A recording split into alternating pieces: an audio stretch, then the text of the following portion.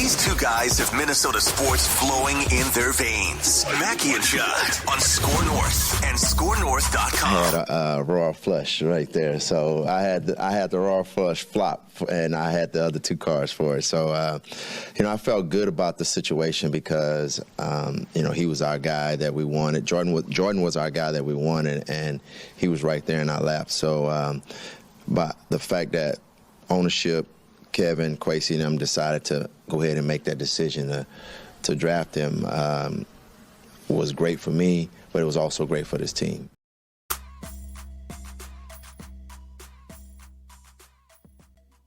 Happy about the addition of Jordan Addison. We're very happy about the addition of Darren Doogie Wolfson to the show today here from the 5 Eyewitness News sports team. Happy Reckless Speculation Thursday. Yes, Phillip. Happy Reckless Speculation Thursday. Also, a very happy birthday to Vikings head coach Kevin O'Connell. Turns 38 years old today. Ooh, my sister's birthday today, too. Happy birthday to Declan's sister. Kevin's getting I buried the lead. Apologies, Declan. Megan. It's Megan's 43rd birthday Happy today, birthday, dude. Megan. Megan. Her and Let's I are go. the same age. Yes. KOC, two Minnesota sports luminaries, Kevin O'Connell and Phil Mackey, only 5 days apart in age.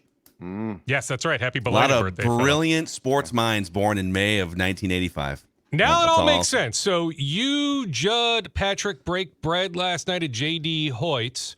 Yep. I was late in texting you a happy birthday. It all makes sense now. That's why somehow my invite to this dinner last night got I knew lost. this was going to happen. You know what, Dukes? No, Declan it got too. lost because there is an assumption across the board you are never available because you're coaching baseball so much. I was at the baseball time. I was going to say. There's not I was here for a bit, and then caught the last end of Keaton's 5 game. years. Yeah. Hey, Doogie, let's go get a drink. I I know. can't. I got baseball. We'll do another gathering Guilty soon. as charged. We'll do a full group gathering Good. at some point here soon. We can move it out to the suburbs so that the eastern side, so that Declan can save on some gas money. I am craving a California burrito, so Declan is going to have to drive. I'll go You anywhere. will come my way. Yep, I'm good. Perhaps the Score North credit card can be in play. I one of don't those? actually have one, but we don't have one maybe of we those can yet, but- But put in Dan a Seaman, request. our boss, We'll invite does. Dan, yeah. And if we invite him, he brings that Danny Hubbard is credit in. card. Yes. Genius. All right, let's talk some Vikings here on Reckless Speculation Thursday, where Doogie brings not only fun speculation, but inside information about your favorite local sports teams. What's the latest on Dalvin Cook here? So we keep talking about the June 1st. There's a June 1st date where you can, if you release or trade him after June 1st, and even those numbers can be different. The cap savings are different. So we're counting down the days until that date here. So what can you tell us about Dalvin Cook right now? Sure, in some ways. Although, Phil, you could cut him today, designate that move as a post-June 1st Right. transaction, right? So if they wanted to make the move today, they certainly could. So going back to January, I've been saying I don't see Dalvin Cook here in 2023. There is 0 sense that he will take a pay cut. That has been what has played out the last 5 months. Here's where the reckless speculation comes into play on this Reckless Speculation Thursday.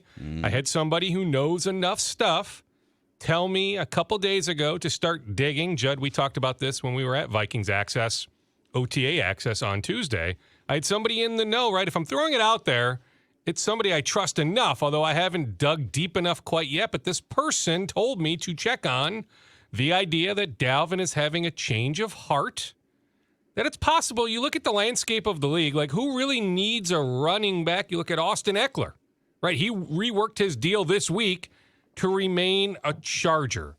Could something comparable happen where the possibility exists that Dalvin Cook is in purple? Vikings purple, not Ravens purple or some other purple. Vikings purple in 2023. Now, until I hear otherwise, I will still say I see him elsewhere. You don't pay Alexander Mattison the money you did, guaranteeing 93% of his contract at about $3.5 million per year to make him the number 2 guy. But clearly there's more of an emphasis on the run game. Josh Oliver, C.J. Ham, right? A lot of us thought C.J. Ham would be a cap casualty. They end up saving some money in the 23 cap, but extending him, right? There was a reason why they signed Josh Oliver. So I'm just saying it's something I need to dig a little bit deeper on, but does the possibility exist that Dalvin will rework his deal, take some sort of cut, realize that there really isn't another opportunity out there? Miami drafted a running back relatively high. Like, who really truly needs a running back? Maybe Chicago. You can make a case for a few teams, right? And Dalvin, I think, would help a lot of teams. But can he make more money taking a cut here, a la Harrison Smith, versus testing the market? So just the idea that maybe, just maybe, Dalvin is here in 2023. So that's a pretty intriguing possibility. And let's explore it, though, Dukes, because I could certainly see him like having shopped himself or been shopped. And it's like, you're not going to get a lot here, dude. But here's my question. If you're the Vikings, and I know that part of the speculation or the reports out on this is that the Vikings are trying to do right by Cook. He's been here a long time. I think that they do like him. But if you're the Vikings, does this make sense now unless he comes back with a very different role? Like Mattison needs to play now. You've got a guy like Ty Chandler who probably should play. So I would think the second part of this discussion is, okay, dude, we'll bring you back, but you are not the bell cow now. You are not going to be on the field on first down consistently.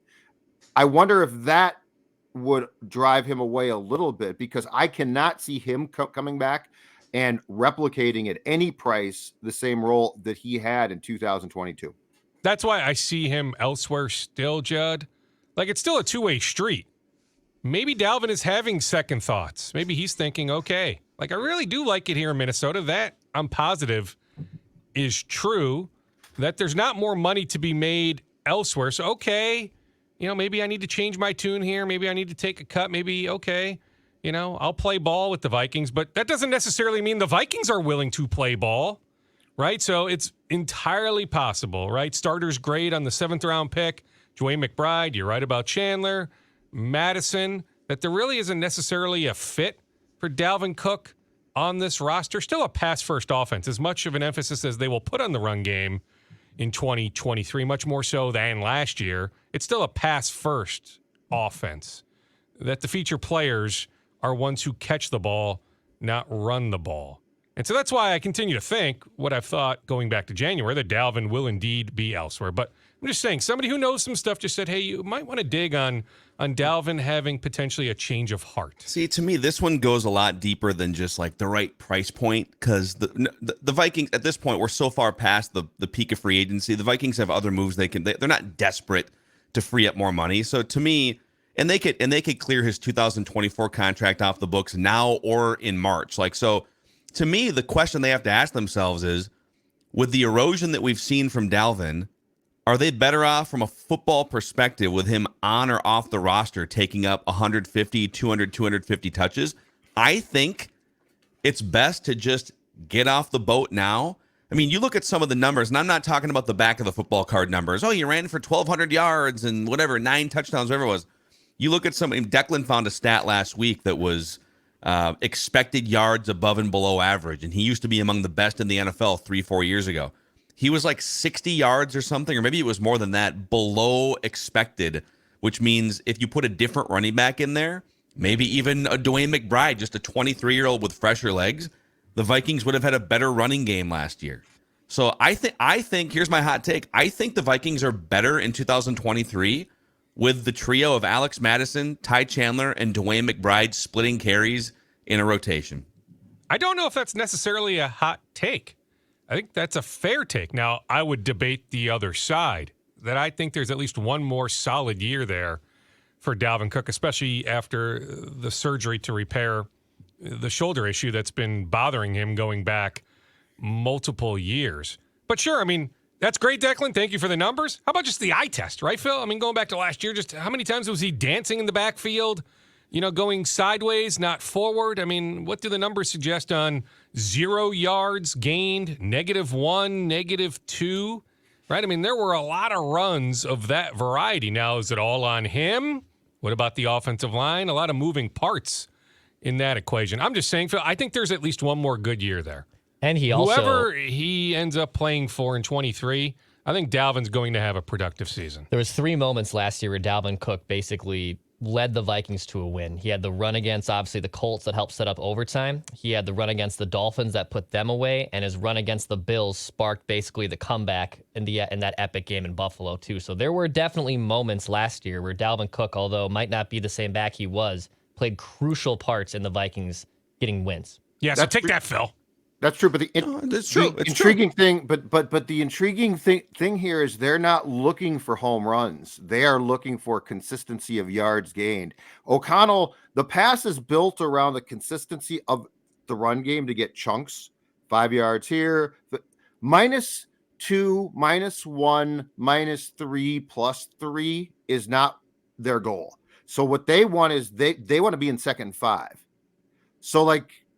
Dex is right. Cook had some great runs, but the reality is what they want a system where they are consistently in a 2nd down that sets them up to pass.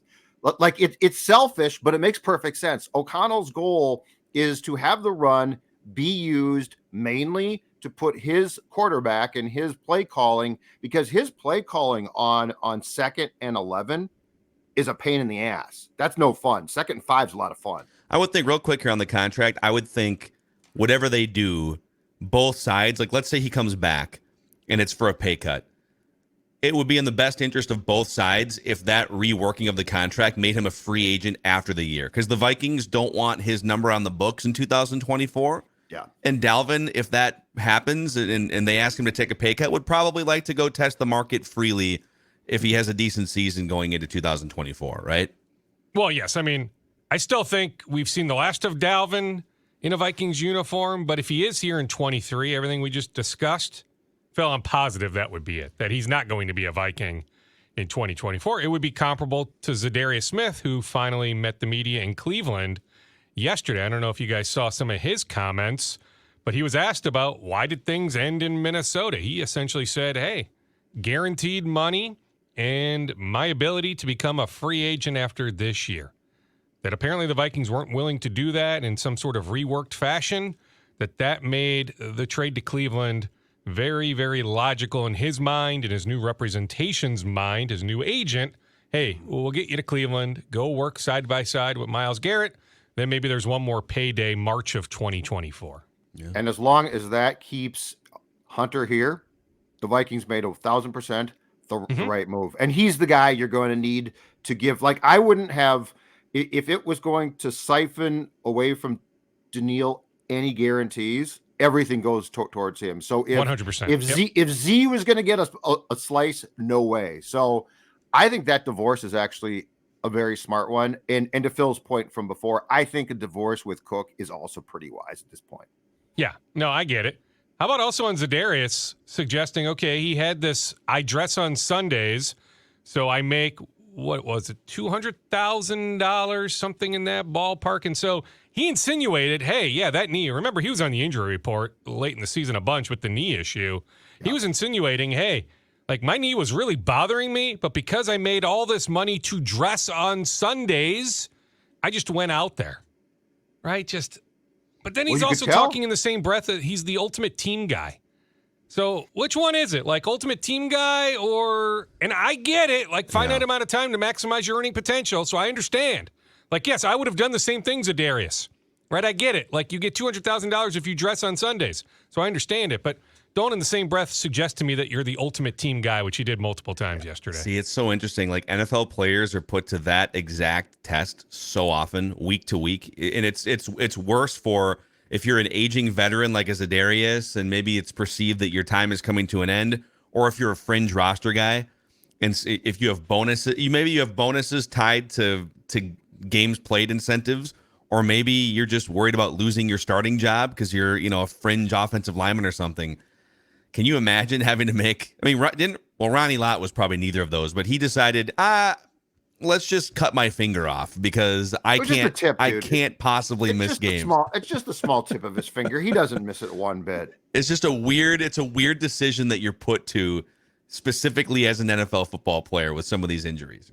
I get it. Go out there, get your $200,000 or whatever. Hey, let me add one more thing on Dalvin. Judd, did you find it interesting? You tried hard in your conversation with Mattison on Tuesday, trying to pry some information out of Alexander. I know Alexander wanted to say a lot more than he did. right? That was very calculated. He's a very smart guy. Yeah. He knew the questions were coming. He was going to be very, very guarded. I'm just telling you, deep down, Alexander's got a lot more to say there on Dalvin. Okay, He's one of his best friends, no denying that. But Alexander is also waiting to cherish this opportunity that a career low usage last year, all that. Like, he's ready to have a much bigger role here in 2023. Yeah, that's my question. I mean, what if Dalvin comes back?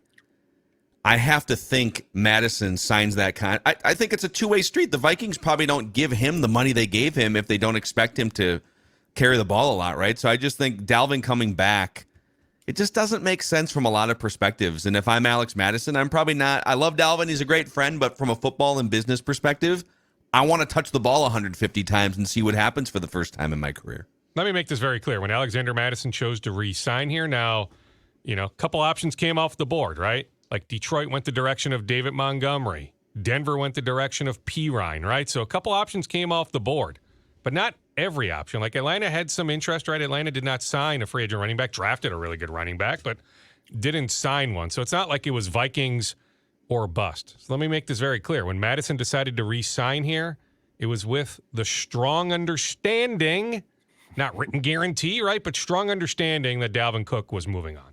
That's the answer I wanted, Doogie. Why didn't you give me that answer? You think he's going to tell Judd? I had a strong understanding. Yeah, Dalvin's strong understanding. Dalvin's out of here. What are you talking about, man? Amazing. So what do you make? What does your spidey sense, Doogie, tell you about some of the other absences? Like Justin Jefferson wasn't at the voluntary workouts. Danielle Hunter, who's got a contract situation. Harrison Smith's, 35 years old. So I get some of these, but what does your spidey sense tell you about some of the big names that weren't there besides Dalvin Cook? Well, I mean, Harrison Smith, Jordan Hicks, my understanding is been there at some different points. So, Tuesday's absence, our 1 day of access, sure. That may have been family related or something else. Like I wouldn't worry about Harrison Smith, Jordan Hicks. They've accepted their situation, having to take pay cuts to remain here in Minnesota. Okay, on Jefferson, I don't have the exact answer, but it's easy to recklessly speculate that why put his body on the line in any possible way until that contract extension is done. Now, you could say the same thing about TJ Hawkinson, who was out there, who made it very clear to us when speaking with us on Tuesday that he wants to remain here long term. Those talks are ongoing. I don't sense anything is imminent, but I still think that they end up ultimately signing Hawkinson to an extension. But I just think it's easy to recklessly speculate, okay, Jefferson, he's waiting to get paid. He can train in Southern Florida or in Louisiana. He'll still get his work in, but doesn't need to be here for this voluntary portion of the offseason. The same can apply to Danielle Hunter and on Dalvin Cook. Hey, right? Until something is resolved and everything points to him not being here, even though I said, hey, maybe he himself is having a bit of a change of heart. Until there's absolute resolution, there's no reason for Dalvin Cook to be here. Do we know why Jordan Addison did not practice on Tuesday? I don't know yet. I texted somebody who knows. Wouldn't look at me. Yeah, Jordan. Yeah, I mean, the fact that he was out there, that was awkward. That was weird. I just asked him, I said, hey, Jordan, you got a second? He just kept walking. He looked down. I said, why didn't you practice? And he just blew me off like I was. He gave you the Heisman. Yeah, like I was some just common moron. Oh wait, does he know that you used to be the lead Vikings beat writer for the Star Tribune and Star Tribune? I tried to tell him that too. My last words were, "Hi, Judd Zulgad, formerly lead Vikings beat writer, Star Tribune, and Star Tribune." Lead beat writer. No, how old was Jordan when you were the lead beat writer? It's like 6. If that. 2000. I started in 2005. He was born when? I'll find it. 4. He was like 4 years old then. I think. So he was like 4 years old. No, I don't know the specifics, but am I worried about Jordan Addison not being on the field on May 23rd? Okay. No, at this point, until I hear otherwise, I have zero concern. He was 3. 3. I just looked up. He was 3 years old. No respect. He would have talked to me then. Real quick before we get into some other scoops here with our guy Duke Declan, tell the audience where they should be golfing these summer months. Do I get to see the video? Do I have video, dudes? Yeah. We'll cue it up. We'll give you the video here. Yeah, you can he's drill gonna rip putts. you too. For the like YouTube I can, audience, huh? please. Thank you. You can drill putts like me, and Doogie doesn't believe me when I said this was a one-take putt. And since then, I've actually upgraded the putter. And the putter that I have now actually also is pretty good at drilling putts, and I do that at the Meadows at Mystic Lake. You can do that at golfthemeadows.com. Go look at your tee time sheet for this weekend. Finally, summer is here. We've been waiting a long time for golf season to be out there. You can do that at the Meadows at Mystic Lake. You can also enjoy a cold one at the Meadows Bar and Grill. Great pro shop, too. It's stocked with balls. It's stocked with apparel. One of the best ones around. Go to golfthemeadows.com to book that tee time. Also, a shout out to our friends at Nutrisource, the official dog and pet food of Mackey and Judd and Purple Daily. Maya Mackey just always has a big goofy grin on her face every time dad or mom come with a scoop of Nutrisource chicken and rice. Just the happiest dog in the world, thanks to Nutrisource. Judd? Stella's exactly the same way. In fact, she's about, I think, 12 now. And guess what? Getting a little old, slowing down a bit, right? So you say to yourself, I want to keep her healthy and happy. And Nutrisource does that, as do their training rewards treats. Give your dog what he or she deserves, just like Vinny right there. Yeah, Vinny boy, I'm trying to do this thing where, we fetch and he brings me the ball back. So I tried out these Nutrisource treats to, once he brings back the ball, you get a treat. Well, now this he's revolutionary thing called fetch. Yeah, called fetch. And he's really good at it. But I want him to, actually stop when he comes to me and bring me the ball. Well, I brought out some Nutrisource treats, and now he wants nothing to do with the ball, and he just wants a Nutrisource treat. So it backfired on Dad, but the treats are still in his belly, and he loves them. Well, NutrisourcePetFoods.com to find a Nutrisource retailer near you. NutrisourcePetFoods.com. Doogie, as a longtime TV guy here the last, 12 years, hopefully you're appreciative of our television production here now that we're a YouTube show. Look at that. We've got visual advertisements. We've got graphics. We're coming for you. Coming for you on the TV side. We're one big happy family. Kumbaya, baby. So, okay, I'm so fascinated by some of the Karl Anthony Towns trade dialogue. I feel like every day I log on to Twitter or something, there's someone from around the NBA sphere has a new Karl Anthony Towns trade idea. We talked about one last week that we invented with the Blazers. John Hollinger kind of came to the same conclusion. I saw one the other day. I think it was Bleacher Report that had the Chicago Bulls sending Alex Caruso and Zach LaVine to the Timberwolves for Taurean Prince and Karl Anthony Towns. And I stand for both of those Bulls players, but that just doesn't seem like enough. So I don't know. Have you seen any of all these things floating around? And I'm sure you've seen some of them. Do any of them catch your eye? Do any of the cat trade concepts make you stop and say, okay, yeah, let's explore that and see what happens?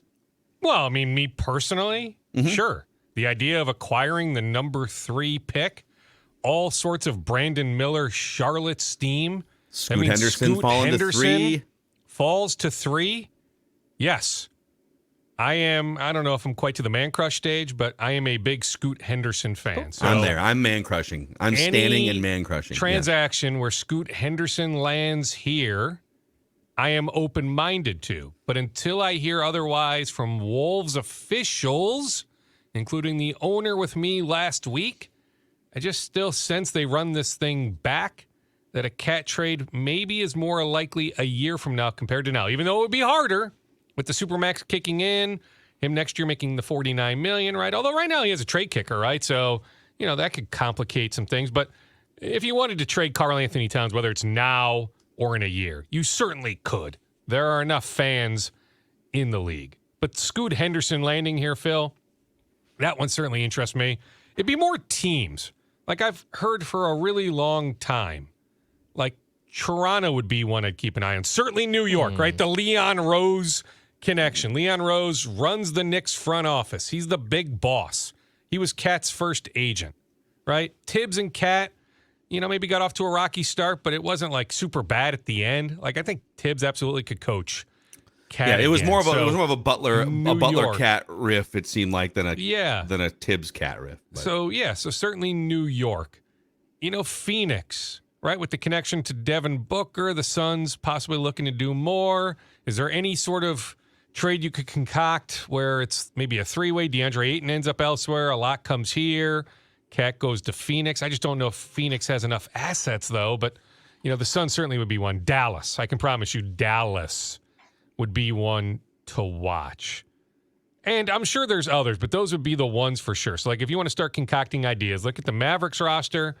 Look at New York's. I would say look at Toronto's. I think Chicago, that's interesting. And you've got Tim Connolly's former colleague in Denver Arturis, who runs the Chicago front office. So you've got that connection. Yeah, I just don't know if Zach LaVine, Alex Caruso, whatever that is. I don't know if that would move the needle for me, that there would be a better deal out there. But yeah, I mean, I think Chicago, after their failings, they're an interesting team to watch this summer. So yeah, I think those are some of the franchises. So if you want to start playing with the trade machine, start there. I would say start with those franchises. Go ahead, fine. Chicago, Toronto. Chicago had interest in Rudy Gobert last summer, right? So Chicago was interested in doing something big last summer. So I don't see why that theme wouldn't continue after they didn't land Gobert a year ago. But I guess if you wanted to concoct some Gobert ideas, although I don't know if Chicago would want him at this point, but go ahead. Chicago, Toronto, another team that was in on Gobert last summer. Chicago, Toronto, New York, Dallas, Phoenix. I'm sure there's more, but I would start with those 5, play with the trade machine. We know you got to get going here, Duke, so why don't you empty the scoop bag? What else you want to throw Well, now out it's there? official. So Michael Winger gets the Wizards Pobo job, or whatever the official title is, right? So Tim Connolly officially not going to Washington. Doesn't mean that Tim Connolly didn't have interest in that Wizards job, but it's what we've been saying for weeks, that the timing just, it didn't match up. What's interesting about Michael Winger, who I texted with last night, really good guy. Got to know him a little bit during the Wolves process in 2019. In fact, I know Wolves people who are pretty convinced that if he didn't bail from that Wolves process in 2019, if he had seen the process through, that he would have gotten the job over Gerson Rosas. We talked on Tuesday about Calvin Booth, how maybe Calvin Booth should have gotten the job in 2019 over Gerson Rosas. Calvin now running the Denver Nuggets. But truth be told, Gerson, there was that committee back in 2019. It was universal. Gerson just nailed the interview process. He was so well prepped for that interview. At the end, it was universal with that committee. Gerson won that job, right? So even though, hey, they should have done a little bit more research, maybe a different sort of process, that Calvin should have been the guy, the way they handled it, Gerson clearly won that job. But a lot of people believe if Michael Winger didn't bail from the process and decided to stay with the Clippers, number 2 guy with the Clippers, then Michael Winger would have gotten that Wolves job in 2019. So congratulations. He finally decided, hey, the time is right. I'll go ascend up to the number 1 seat. I'll go run the Washington Wizards. Yeah, interesting. All right, Reckless Speculation Thursday. Absolutely. One more on Carlos Correa. We'll know a little bit more tomorrow, but certainly internal concern over at Target Field that he'll need a little bit more time with that heel injury. Yeah. So Plantar fasciitis, is it fasciitis or fasciitis? How do we I just call it pronounce PF. the Yeah, I? PF. I think it's officially fasciitis, but I just call it fasciitis. I think it's fasciitis too, but I don't know that. Fasciitis. For sure. Did I hear that you guys with Royce went down the Shohei Ohtani rabbit hole again? Oh, and we're about to do a deep dive on that. All right. Are we later positive today on the show. Angels are trading him? No. But they're been right. pretty well the last couple Thursday. Don't weeks. come on the show and say, "Are I we know. positive?" Come on. No. Well, This is a safe it's not space. reckless. It's not hard to imagine this, but the Twins really, really like Shohei Ohtani. They liked him before he signed with the Angels. So hey, if the Angels actually put him on the trade market, sure. The Twins are going to at least inquire. Well, I'm just telling you though, your idea, Phil, the other day, I have it written down here still. Royce Lewis, Brooks Lee, my idea. Simeon Woods, Richardson, That's my and idea. okay, that's That was yours, my Declan. idea, yes. Plus another top The snub group. prospect. That to me is too much. Brooks Lee hit another home run last night. Brooks that's Lee fine. is going to be Shohei a Ohtani good probably big did leaguer. too. Yeah, He might have. in the big league, ballpark. Yeah. All right, boys. I got to All get right, up to dudes. Minnesota United practice. Thought Reynoso would talk today, but Reynoso not talking today. Nice. He was Reynoso was a no-show for the media. All right, I'll be here all see week. ya. All right, bye, Doogie. Darren Doogie Wolfson I'll go from talk to 5 Eyewitness News, the Scoop He'll talk to podcast. me. It's Reckless Speculation Thursday, and yes, we will do another episode today specifically about, and it's a safe space, Shohei Ohtani and the Twins. Reckless speculation.